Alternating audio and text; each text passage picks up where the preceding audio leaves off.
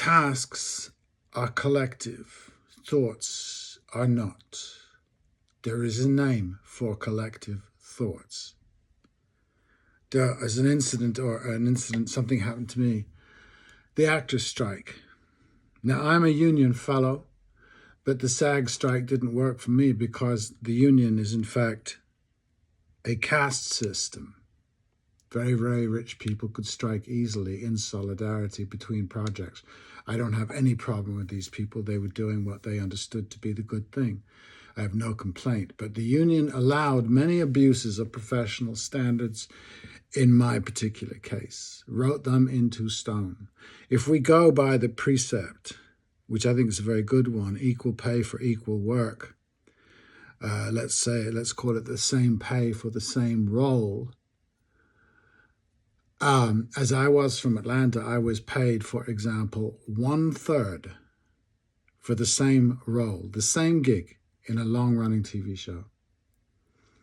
1/3 of what I was later paid for doing the same TV show through a New York agent. I was living in the New York area at the time. But because I was hired through an Atlanta agent, I was paid 1/3.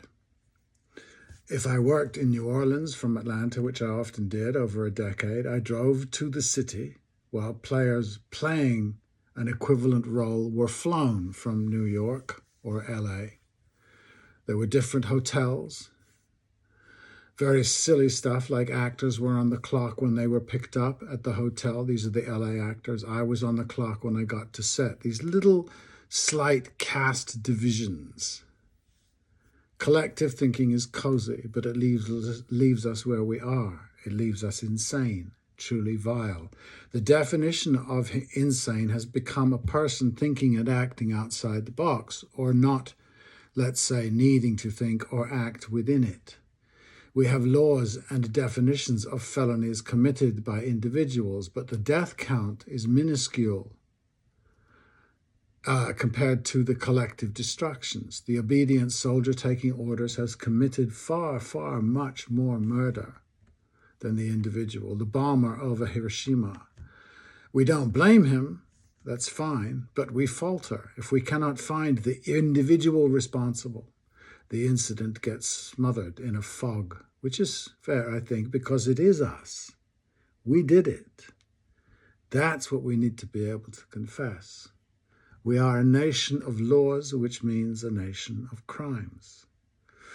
I do wonder, I often have, about great empires. What was it like to be a Persian, an Athenian, a Roman, Englishman? Would I sit there in the middle of the empire and think, dang, this is good.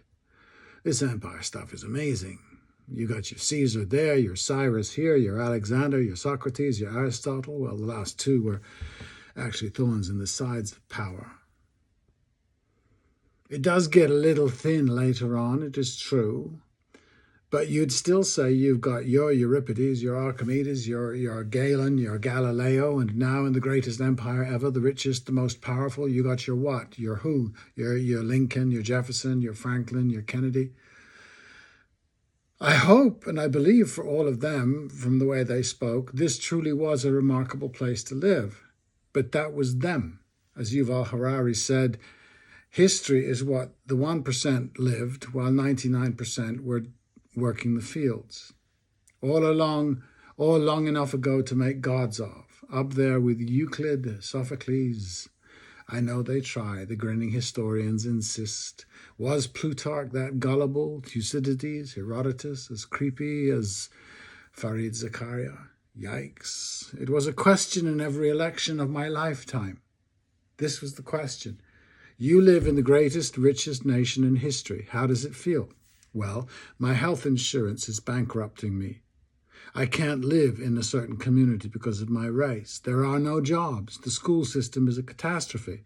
I think in the greatest ever, as we read about, there were designated sufferers, slaves or peasants, women later the proletariat, and they had no voice, no rights to complain. Their lot from birth was not your lot. It suddenly seems that this election was about that. The unheard were suddenly being heard. Memes like equality of opportunity, not equality of outcome, inherently demonize very large numbers of people, and they've had enough. Are these people really desperate, destitute, unlucky, oppressed? There is a community saying they are just that, complaining. The American media, that's what they said after the election. European social democracies have redistributed. That has been their solution. The US and England, places I know well, have different ethics, something like trickle-down. The national health creaks along, a heroic institution, the pride of that society, and great minds struggle, while the British rich get richer. It's not complicated. That is a decision of society. Return to a time when certain people's complaints were irrelevant.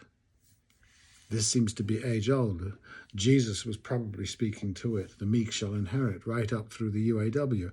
So it seems it's just a matter of who the present decides has no right to complain, while history insists that empires are our greatest creations.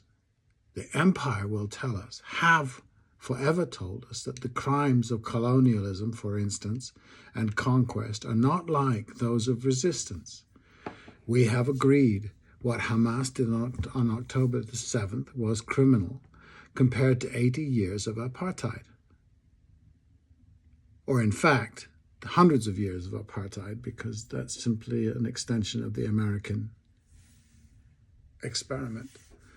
The paid scholars of the winners write a strange version of history. Do we think that Athenians, Persians, Romans, Mongols one day strutted down some boulevard saying, I'm the shit, I am the best, I am Persian, I am Greek?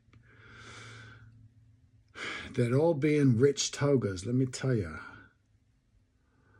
Like the American dream imagines for us. Perhaps the aristocrats, but they seem to have been light bulb changers, the aristocracy, loyal to the monarch, but in their hearts thinking, golly, if it were me. As Richard III, Shakespeare's entertaining propaganda piece, we are asked to assume that all people in a certain class of a certain background want to be king and queen.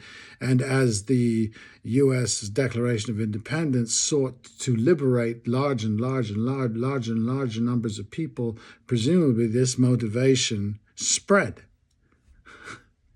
So you just got a whole bunch of people running around wanting to be monarchs, which is not possible.